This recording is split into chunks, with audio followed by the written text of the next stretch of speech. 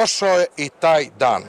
Počeo je sajam. 55. međunarodni salon automobila, budimo precizni, Bojane. To je tačno, a mi vas na početku pozdravljamo sa Jeepovog štanda. Zašto? I to sa razlogom, zato što je pored nas Jeep Avenger. Prvi električni Jeep, ali i automobil godine. Nego Kazo, Ne? šta će tebi to blockchain? Zato što ću ja danas da se stavim u ulogu prosečnog građanina Srbije. Svi ovi lepotani na 4 točka mame nas. Pitanje je kako čovek sa prosečnom platom može da kupi, možda ne baš ovaj model, neki skromniji, ali i to ćemo da istražimo. Evo i ja se pitam.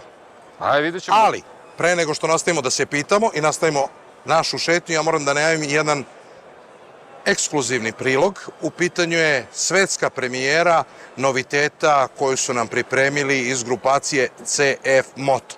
Ali, pre nego što krene, ja predlažem da se mi izmestimo iz hale 1 i pređemo u halu 3, gde krećemo sa našom pričom. Hajdemo. Idemo.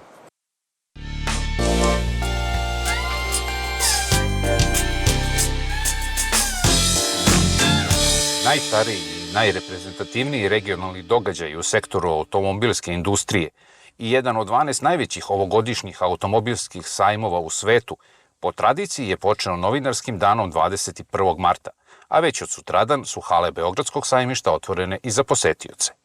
Ovogodišnji 55. međunarodni salon automobila okupio je 250 izlagača koji predstavljaju 33 automobilska i 7 brendova lakih privrednih vozila sa više od 40 premijera.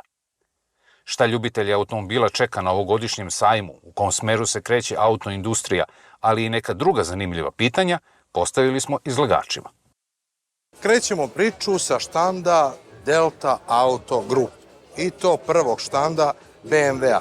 Ali nećemo pričati samo o BMW-u. Zašto? Zato što je moja sagovornica generalna direktorka Delta Auto Grupe, Aleksandra. Aleksandra, kako ste se vi pripremili za ovogodišnji sajam i šta ste vi sve to na nekoliko vaših štandova pokazali? Pa, kao i svi uvoznici, pripremali smo se malo naglo jer je trebalo vremena da donesemo odluku da li je trenutak za izlaženje na sajam.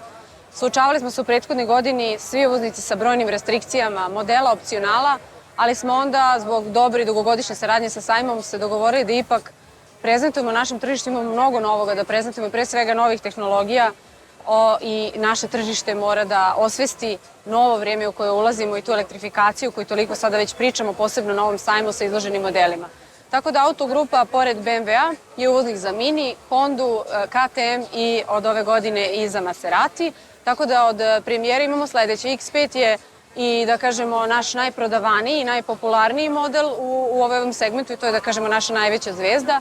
i4 je nešto vrlo atraktivno, pričamo o elektrifikaciji, a i4 donosi i M performanse, tako da je to nešto za posetioce vrlo zanimljivo. Odmah preko puta nalazi se Maserati štand i da kažemo premijera je Gran Turismo, to je dugo očekivani Maseratijev model i perjanica Maseratija. MC20 kao verovatno jedan od najatraktivnijih automobila na sajmu, vidimo privlači mnogo pažnje.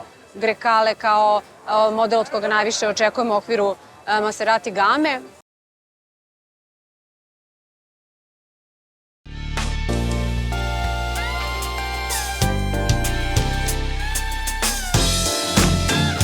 Najpopularniji BMW SUV model X5 premijerno je predstavljen u Beogradu zajedno sa BMW Connected Drive sistemom koji je od sada dostupan i u Srbiji. Prezentacija je održana u novootvorenom BMW Storiju u Galeriji Beograd koji se prostire na 500 kvadratnih metara. Enterijer novog BMW X5 modela posjeduje karakterističan zakrivljeni ekran veličine 12,3 plus 14,9 inča, operativni sistem je 8.0, nove ventilacione otvore, konzolu koja je u standardnoj opremi presvučena kožom, a u srednjoj konzoli je novo kontrolno ostrvo koje može opcionalno biti izvedeno sa brušenim staklom. Adaptivni amortizeri takođe dolaze u standardnom paketu opreme, a moguće je poručiti i vazdušno oslanjanje. BMW X5 u novoj verziji dolazi sa modernizovanim dizajnom eksterijera na kome se posebno ističu atletske elegantne linije, a tu je i novi standardni paket opreme sa hromiranim detaljima koji naglašavaju off-road karakteristike. Opciono, M Sport paket može da se nadogradi u M Sport paket Pro sa proširenim high glass blok detaljima, redizajniranim farovima, novim dnevnim svetlima i opcionim Ioniq svetlećim grilom. Na zadnjem delu, pored izmenjenog branika, su postavljena zadnja svetla sa novom grafikom u obliku slova X. Najsnažnija verzija novog modela BMW X5 nosi oznaku X-Drive M60i i razlikuje se od ostalih modela po specifičnim sportskim detaljima kao što su M retrovizori, prednja maska sa dvostrukim rešetkama i četvorostrukim izduvnim završecima. Primenjena je i nova verzija osmostepenog automatskog menjača uz revidirane dizel i benzinske agregate sa blago hibridnom tehnologijom. Na kraju godine izlazi novi Kodiaq, izlazi novi Superb, tako da Škoda i svake godine neke svoje modele nove izbacuje, tako da prve dva modela će biti Kodiaq i Superb. Šta je to što je trenutni pik u prodaji Škode u Srbiji? Pa pazite, mi imamo naše stalne modele Octaviju, Superba, Kodiaka, Fabiju, svi se oni prodaju fenomenalno, čak ne možemo dovoljno da nabavimo koliko se traži. Škoda je na prvom mestu što se tiče prodaje i prethodne godine bila. Jeste, bila je Škoda u zadnjih 20 godina na prvom mestu i taj trend ostaje i prošle godine daleko smo bilo prvi od drugog.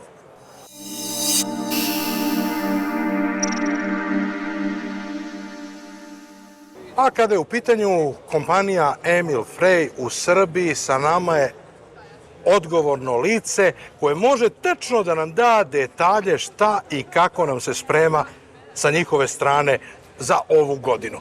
Sa nama je generalni direktor. Pa direktore, budućnost je stigla, elektroautomobili, novi luksuzni automobili, a to je neki Mercedesov trend, luksuz, luksuz i luksuz. Šta nas čeka u 2023? Tako je. Mercedes-Benzova strategija je da polako prelazi iz premium dobavljača ili proizvođača u luksuzan dobavljač, oziroma proizvajalec luksuznih vozila.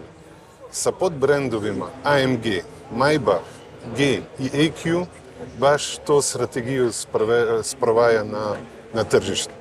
Kod nas u Srbiji su ta vozila poželjna i vidimo da taj segment tržišta raste, uprkos da ukupno tržište pada. To znači da i u Srbiji je sve veći broj bogatijih koji si želi luksuz i nešto posebno. I kada smo kod luksuza, ja moram da vas pitam, kakvo je interesovanje, evo konkretno za Mercedes Maybach S-klasu? Za Maybach S-klasu je zanimanje veći nego u celoj regiji i praktično su ta vozila rasprodana u nekom določenom razdoblju.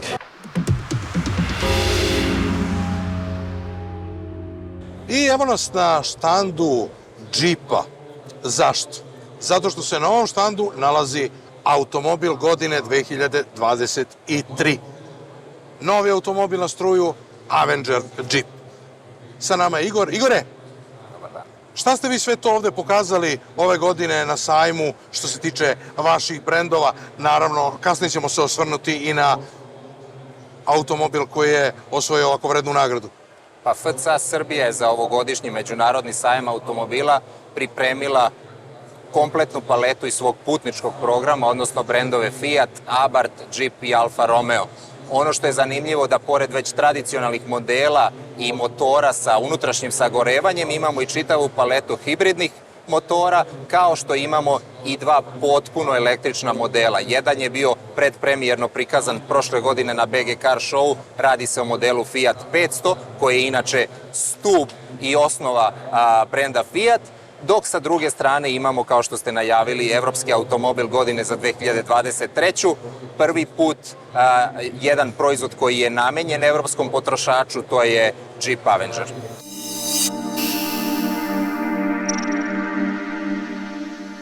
Sada prelazimo na francuske brendove koji su naravno u okviru Stellantis grupe. Na štandu smo Peugeota, sa nama je Miljana. Miljana, šta je to fokus na štandu Peugeota?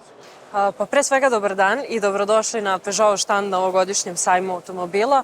Ono što je naš glavni fokus jeste naravno novi Peugeot 408 koji ove godine na ovom sajmu doživljava svoju premijeru. Dakle, prvi put je viđen u Srbiji, to je model koji smo dugo čekali sa velikom radošću i velikim iščekivanjem zato što je to jedna nova silueta koju je Peugeot osmislio i po prvi put se pojavila u našoj gami, dakle takozvani fastback, nešto potpuno novo što nismo imali prilike da predstavimo do sada.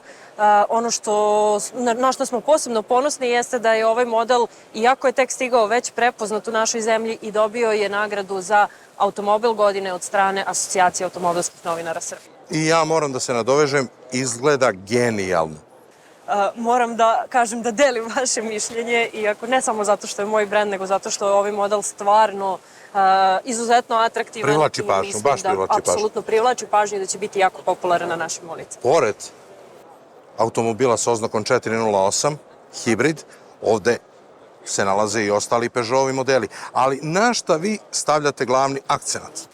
Pa mislim, mi uvek imamo neke svoje omiljene modele, recimo Peugeot 308, 308 Karavan, 208 koji je bio najprodavaniji model u Evropi 2022. godine. Naravno 2008, 3008, Peugeot Rifter, sve je to nešto što možete da pogledate na našem štandu u hali 1.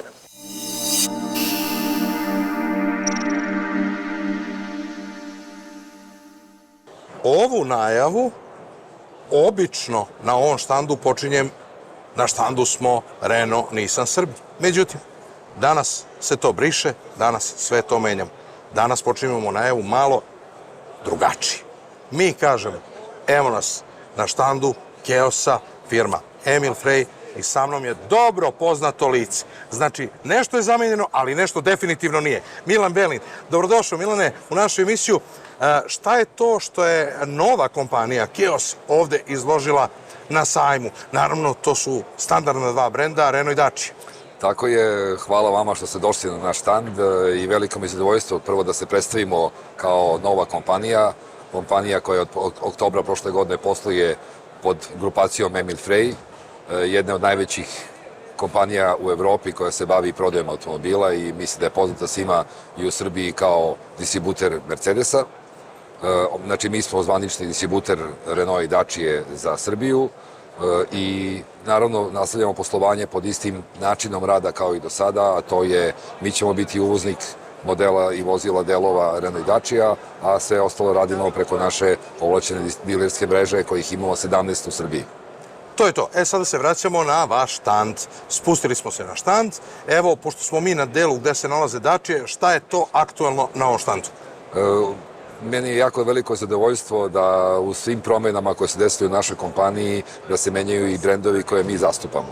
Ono što je najznačajnije koji može da se primeti... Menjaju se logotipi. Da se promenio logotip, znači Dacia je promenila svoj brand identity, kako se zove, i sada imamo priliku da predstavimo 3 modela vozila koja su sva označena novim znakom brenda Dacia, a apsolutno samim tim sve onaj kvalitet i ono što su navikli kupci Dacia ostaje isto ili je sad i bolje nego što je bilo ranije.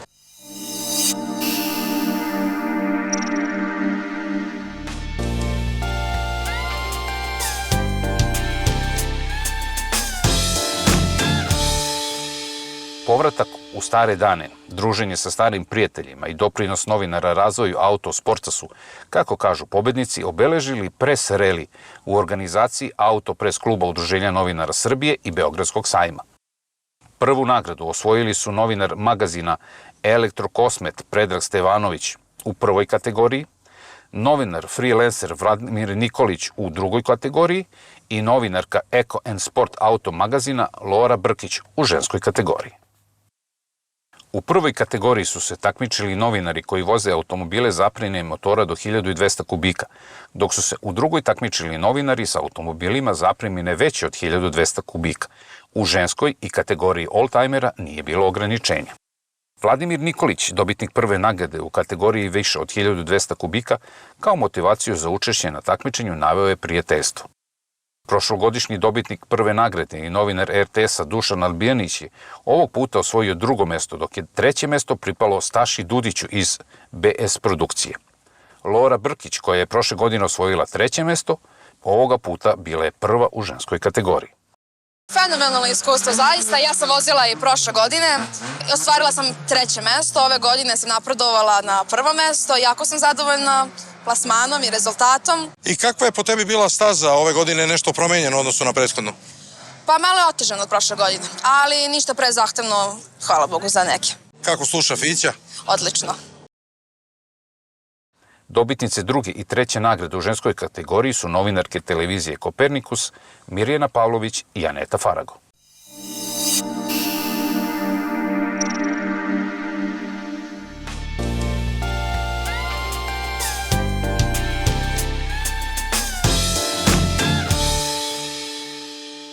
Na ovogodišnjem Moto Passionu u hali 4 svoje mesto obezbedilo je 60 izlagača sa više od 40 brendova motocikala, kvadova, skutera i velikim brojem brendova moto opreme.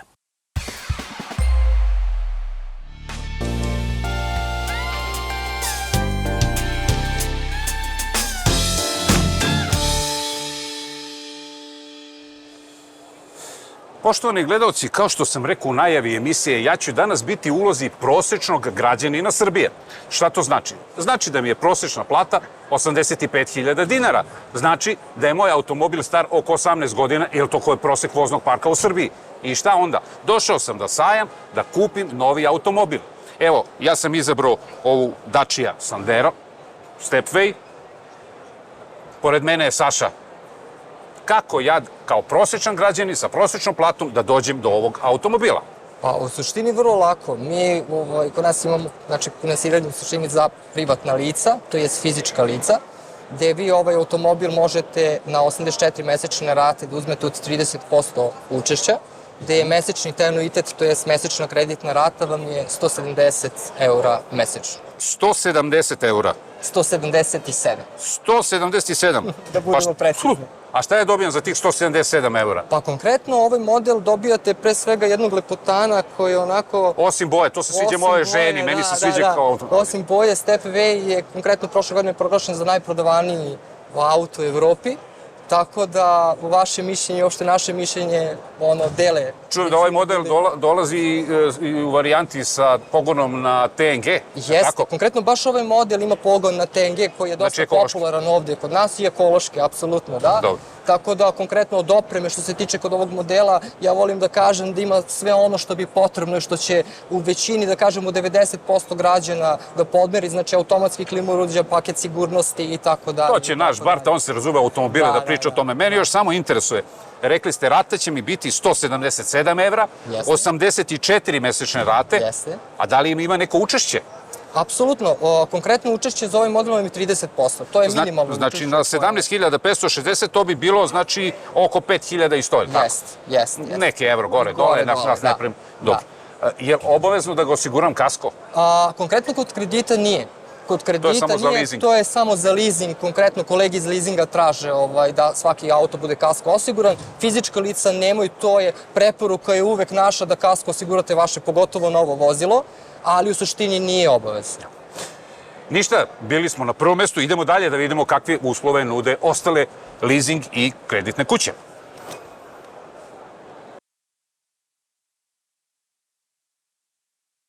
Osim kredita, još jedan način na koji možete doći do automobila jeste leasing.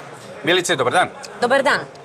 Ja sam rešio da kupim auto koji košta 17.560 evra i imam prosečnu platu, znači 85.000 dinara i nemam nikakvih zaduženja drugih. Šta možete da mi ponudite?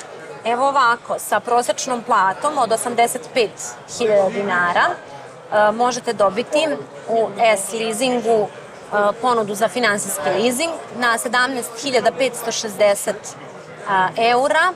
Imate 20% učešća od bruto cene, što znači cena sa PDV-om.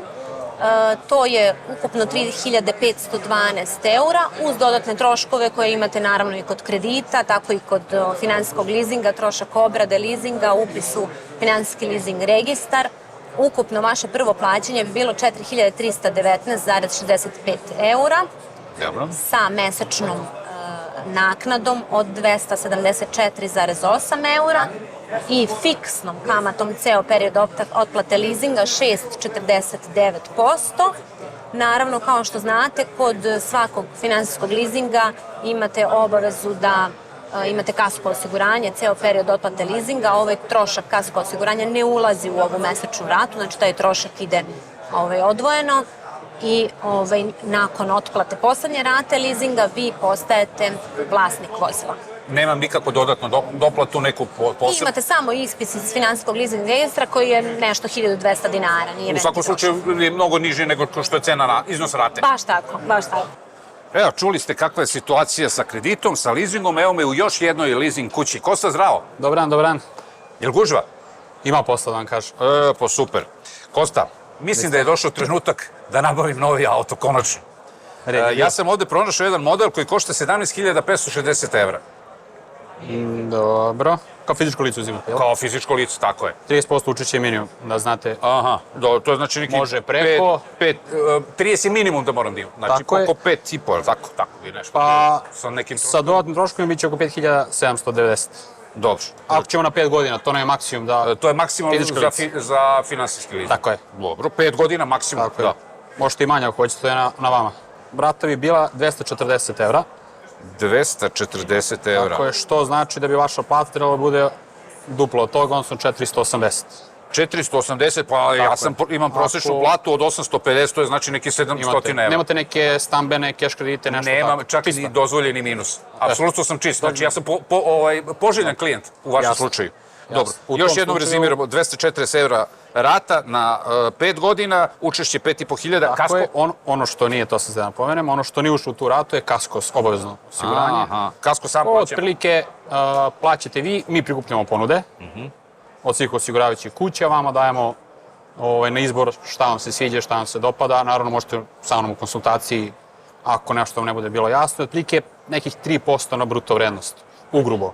To mu dođe na ovaj iznos između 500 i 560 evra, možda plaćate na rate. Toliko bi bilo polisa. Tako je. Možda plaćate na rate. Dobro. Hvala ti. Još nešto? Ona ne ulazi u kreditnu sposobnost, da znate. Da. Damo čisto platu. I što se tiče plate, bilo bitno gledamo osnovicu. Ako imate neke možda bonuse ili tako nešto, bitno je kolika je sama osnovica.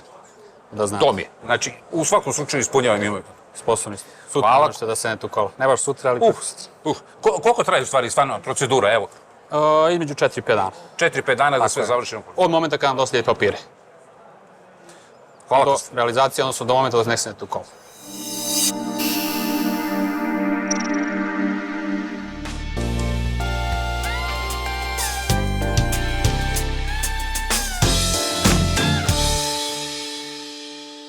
CF Moto je 20. marta na stazi Istanbul Park u Turskoj održao prezentaciju novog modela motocikla u njihovoj gami i naša ekipa je bila na licu mesta. U pitanju je motocikl koji pripada super sport segmentu iz sve popularnije klase 400, koja nosi oznaku 450 SR. Evo nas na stazi Istanbul Park u Istanbulu, u Turskoj, gde je CF Moto upriličio prezentaciju novog modela motocikla pod nazivom 450 SR. Kao i sam motocikl, i ova prezentacija oslikava pristup CF Moto-a koji je na najvišem mogućem nivou i karakterističan za premium brendove. Nemoguće je ne primetiti da ovakav model dolazi nakon prve sezone koju je CF Moto proveo u Moto3 šampionatu. Očigledno je da za CF Moto cilj nije bio da bude samo prvi kineski proizvođač koji je ušao u ovo prestižno takmičenje, već da je pravi razlog bio razvoj i napredak. To je vidljivo i na osnovu novog modela, ali i na osnovu opšteg pristupa koji smo imali prilike da vidimo u Istanbulu. Već i na osnovu prvog pogleda na ovaj motocikl jasno je da se radi o izrazito sportskom modelu. Moderno, agresivan dizajn koji je finalno doterivan tokom testiranja u vazdušnom tunelu protkan je izuzetno atraktivnim detaljima u trkačkom stilu. Informacije o njegovim performansama kao i izuzetno kvalitetne Brembo kočionje čeljusti i kajuba ogibljenja jasno znaju da su i pored izuzetno atraktivnog dizajna sposobnosti 405 SR ipak u prvom planu. Prezentacija koja je održana po najvišim standardima i na način na koji smo to navikli da rade vodeći svetski brendovi, prisustvovalo je više od 200 novinara iz različitih delova sveta. Svi prisutni su imali priliku da se na statičnom delu prezentacije prvo upoznaju sa samim razvojem ovog modela i njegovim karakteristikama. U drugom delu prezentacije prisutni su imali priliku da se upoznaju i sa motociklom kroz vožnju. Uprkos lošim vremenskim uslovima, sva mesta u svim grupama su bila popunjena. Sam model koji smo danas videli na prezentaciji još jednom pokazuje i dokazuje rešenost CF Moto da proizvodi modele vrhunskih karakteristika i vrhunskog kvaliteta. A u kombinaciji sa prezentacijom koju smo danas prisustvovali, jasno je da je CF Moto već etablirani proizvođač premium klase. I naravno, u skladu sa tim težnjama, u narednom periodu možemo očekivati još dosta zanimljivih proizvoda iz CF Moto game. Već tokom prezentacije postalo je očigledno da su svi prisutni, među kojima su bili i novinari etabliranih svetskih motociklističkih časopisa, kao što su nemački Motorrad i britanski MCN, puni pozitivnih impresija o novom modelu CF Moto. Nakon svega iz Istanbula se vraćamo sa utiskom da nam na tržište stiže još jedan model koji će definitivno imati veliki uspeh.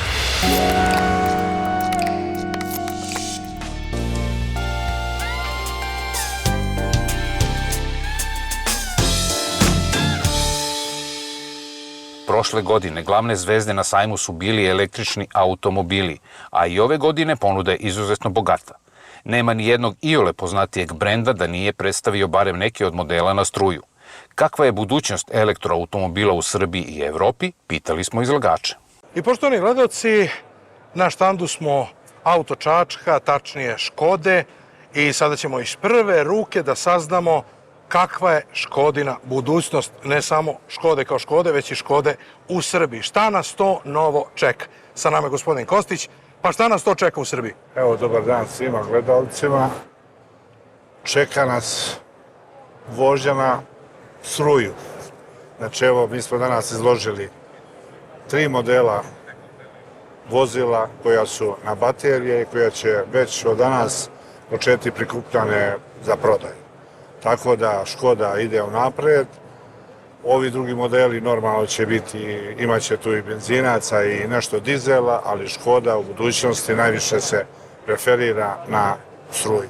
Kakva je vaša procena trenutno infrastrukture u Srbiji kada su u pitanju vozila na struju, punjača? Po mom ličnom mišljenju mi nismo još spremni za loša infrastruktura za ta vozila još. Mi kao auto Čačak imamo u Beogradu, već smo instalirali 2 punjača na brzu. Imate u Čačku, naravno. I u Čačku imamo 2, znači već 4 punjača smo instalirali, ali to je malo za sve druge gradove, treba to dosta toga odraditi da bi se komotno ljudi osjećali i vozili vozila na struju.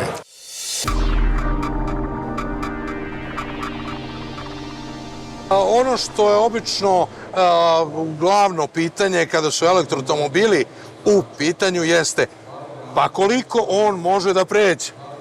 Generalno, automobili su napravljeni na taj način da što se više koriste u gradu, oni više prelaze. Imaju, ajmo reći, manju autonomiju u onom trenutku kada se vozi po otvorenom putu.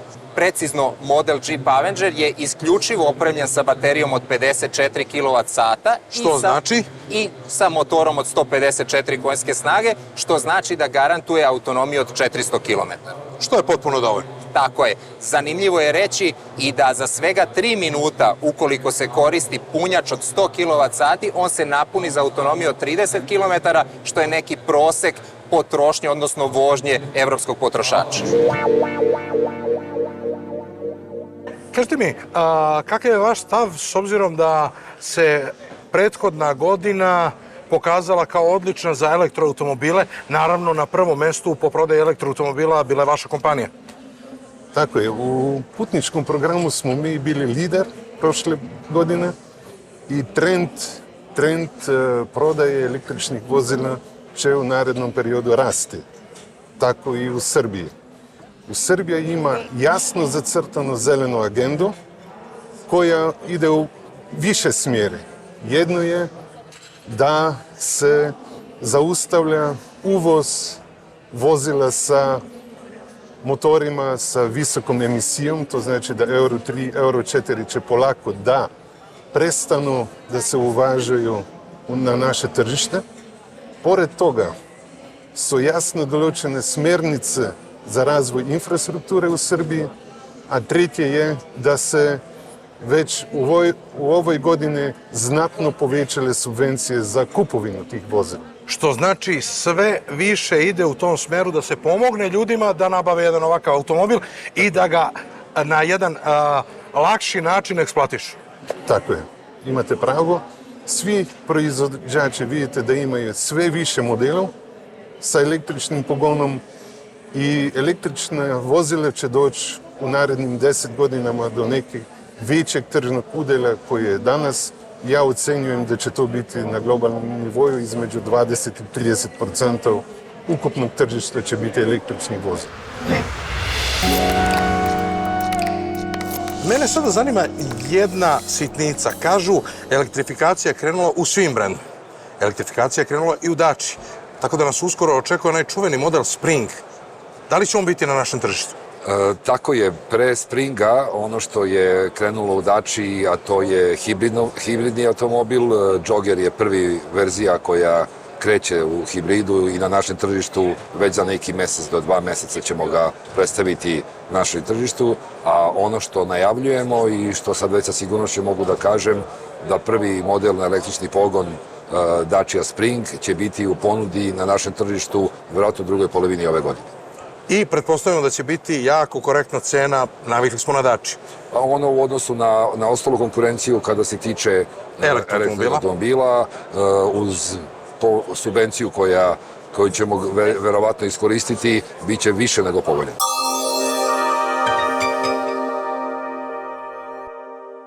Prošao je sajam. Samo u prvoj epizodi, Bojane, na 55. međunarodnom salonu automobila ima mnogo toga da se vidi i zato ćemo mi i sledeće nedelje biti ovde. Naravno, slažem se. A da li si ti umeđu vremenu nabavio novi automobil? Još nisam formalno nabavio, ali sam prikupio ponude ko je bio danas sa nama. Video je najvažnija stvar. Ako imate prosečnu platu, možete kupiti nov automobil. Ne ovako luksuzan, ali i nov u svakom slučaju. Naravno, za narednu nedelju najavljujemo i ono standardno pojačanje. Biće tu i Pavle Barta. Pavle će svakako da predstavi premijere na 4 točka. A boga mi i na 2 točka. To je to. To je to, baš tako. Mi smo se umorili i vreme je da vam kažemo doviđenja. Doviđenja.